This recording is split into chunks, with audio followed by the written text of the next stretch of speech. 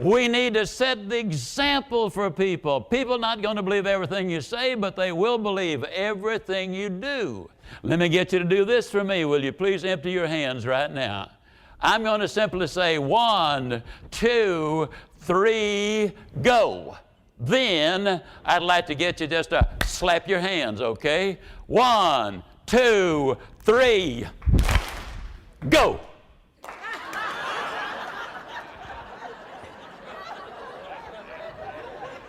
You ignored everything I said. You did everything I did. People are that way.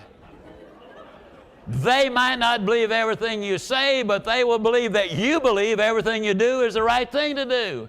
We got to set the example, and they do pick up. When our children were growing up, I created 3 mythical characters called Skeeter, Scatter, and Scooter, the 3 scared skeeters from Schenectady.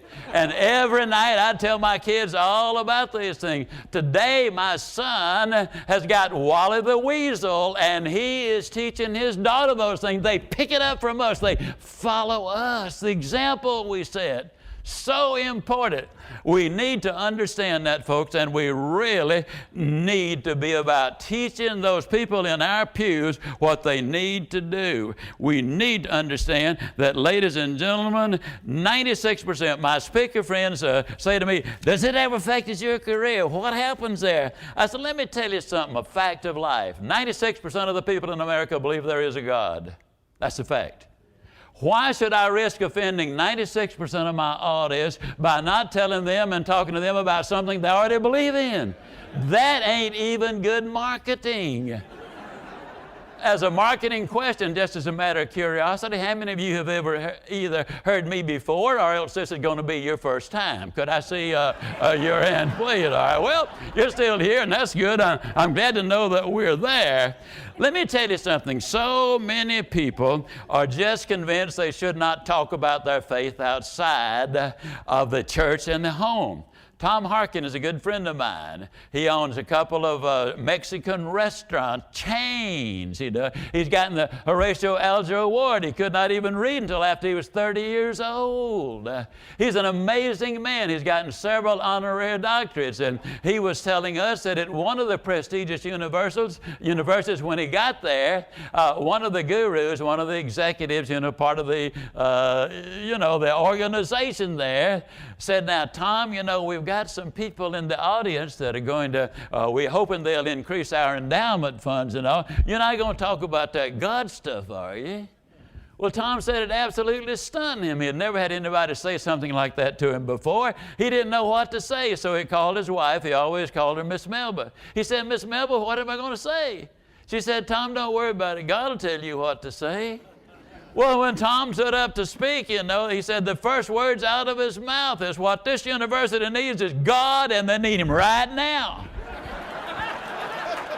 Prolonged standing ovation took place. When he got through, he had another prolonged standing ovation. It's a bogeyman when they talk about, we're not supposed to talk about. People want to hear the truth. We've got the truth as Christians. We're the only one who has got the truth, and if we don't share it, they ain't going to know what the truth is. And they need to see it in us. That's what I'm talking about. Another example, I had the privilege several years ago speaking to the Harvard Forum. Those lawyers up there, and everybody knows that nobody up there believes in Christ. Well, after I finished speaking, and as I always do, I acknowledged my faith, and I talked about that faith, and then they always have that question and answer session. And so the first 5 people that stood up said, well, Mr. Ziglar, I'm a Christian too, but let me ask you this. First 5 did that. When all was over, a number of them came down and said to me, well, I didn't want to ask a question, but I just want you to know that I'm a Christian too. We got millions of Christians in the closet. Everybody else has come out. We got to get the Christians out in the world.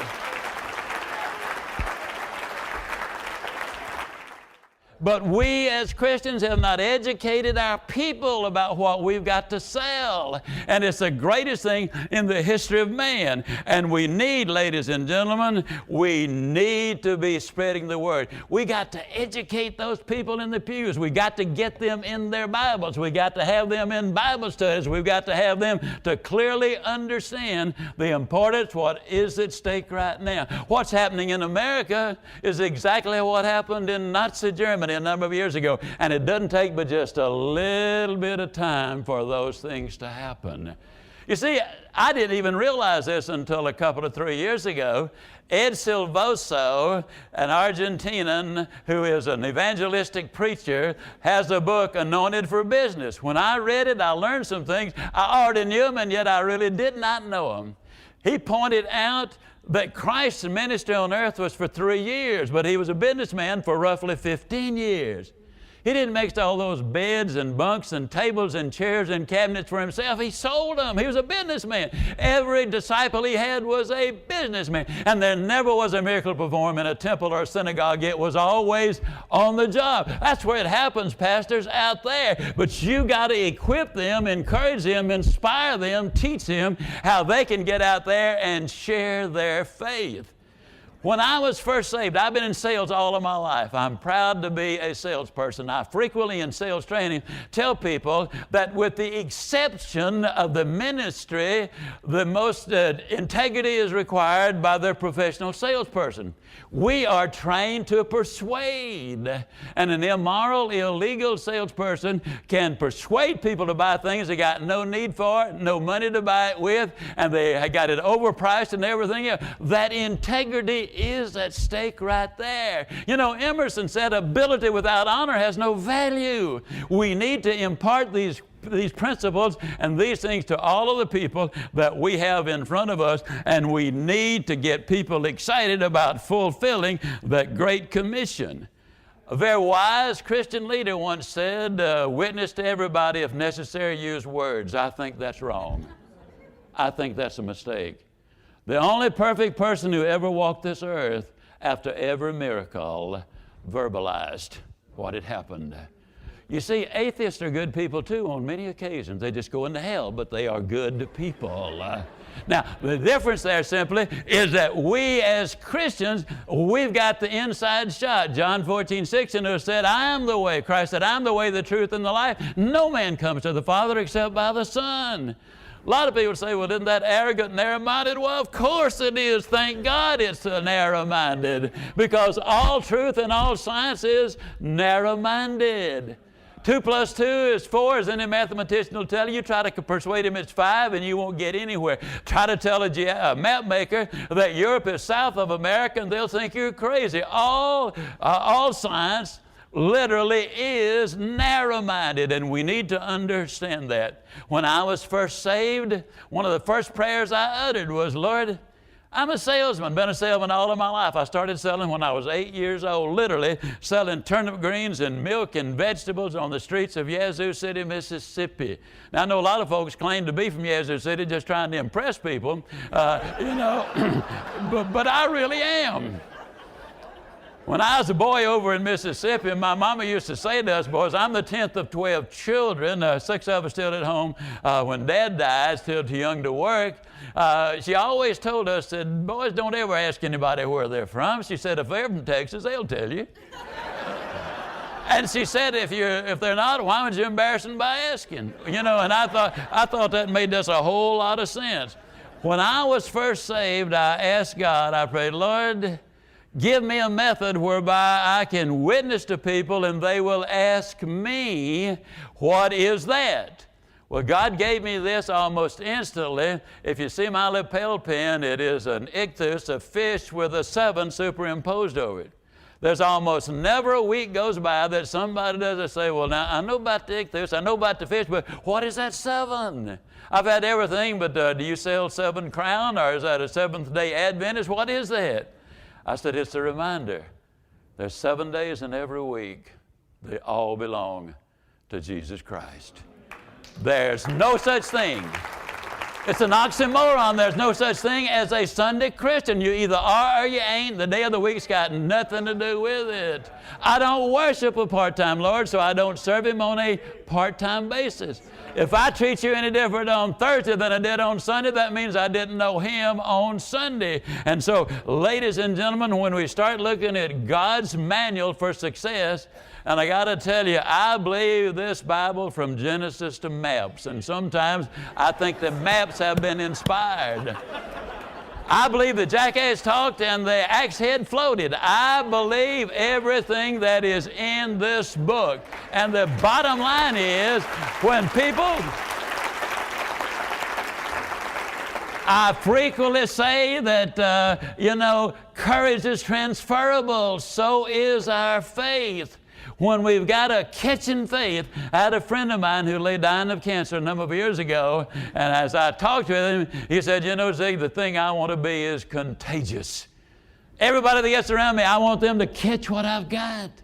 Every born-again believer ought to have that same spirit. I want people to see that I've got something, I know where I'm going, and consequently, since I know how it ends and I know that I am the winner, why should I not be excited and motivated and happy here on earth? As a matter of fact, Jesus prayed on earth as it is in heaven. I got to tell you, folks, if there were no eternity, and I'm obviously certain that there is, I would not go back to the deal I had for the deal I've got today under no circumstances. The joy that comes along with this, that is absolutely so incredible. And I realized something a number of years ago. I realized that the more I know about Jesus, the more I loved Him. And the more I loved Him, the more I loved you. And the more I loved that redhead. I got to tell you, we'd been married. I was, as I said, 45. I got married at age 20. I was saved. I'd been married to her 25 years. I've always loved that woman. I can tell you the moment I laid eyes on her, it was on September the 15th, 1944, 9:08 p.m., YWCA, Jackson, Mississippi. I got to tell you that I was smitten with her from the first instant I laid eyes on her. 2 years, 11 months, and 2 years, 2 months, and 11 days later of relentless pursuit, and she finally said yes. I got to tell you, when we had been married about 30 years, I was saying things that bothered me, but I told them because they were the truth. I believed it. I knew it in my own heart. I said, my wife of 30 years is more beautiful today than she was the day I married her, on her wedding day. And why did that bother me? Very simple. It didn't make sense. And you see, I am logical. It didn't make sense. How could a woman been married to me all of those years be more beautiful than she was on her wedding day? And then we went to Israel. And folks, I got to tell you, it was a life-changing experience. And I'll admit the emotion that was involved there. Yes, there was.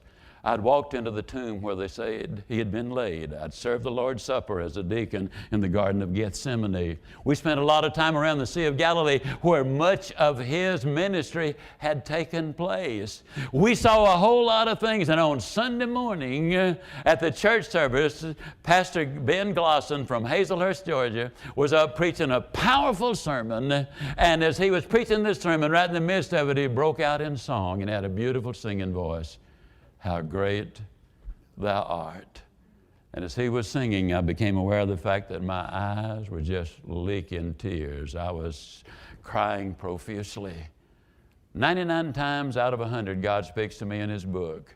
There have been 3 or 4 occasions where He was so real, it was almost as if it was audible. And the Lord said to me that morning, let me tell you why your wife is more beautiful to you today than she was on your wedding day. I'm letting you look at her through my eyes. And I see perfection because she is forgiven. How marvelous it would be if we could all look at everybody through God's eyes. Wouldn't it be absolutely marvelous? How many more people would we be able to win to the kingdom? How much more could we have, ladies and gentlemen, in this world of ours, in the joy that comes from bringing somebody into the kingdom? I've had that privilege on many numbers of occasions. And what I'm really saying to you, Pastor, is love your wife, court your wife, Honor your wife. I know you already know this. You've said it a few hundred times, but do you really believe it? Men and women are different. We say it all the times, don't we? For example, lady, let me tell you something about your husband. He doesn't give a hoot about what's on television. All he wants to know is what else is on television.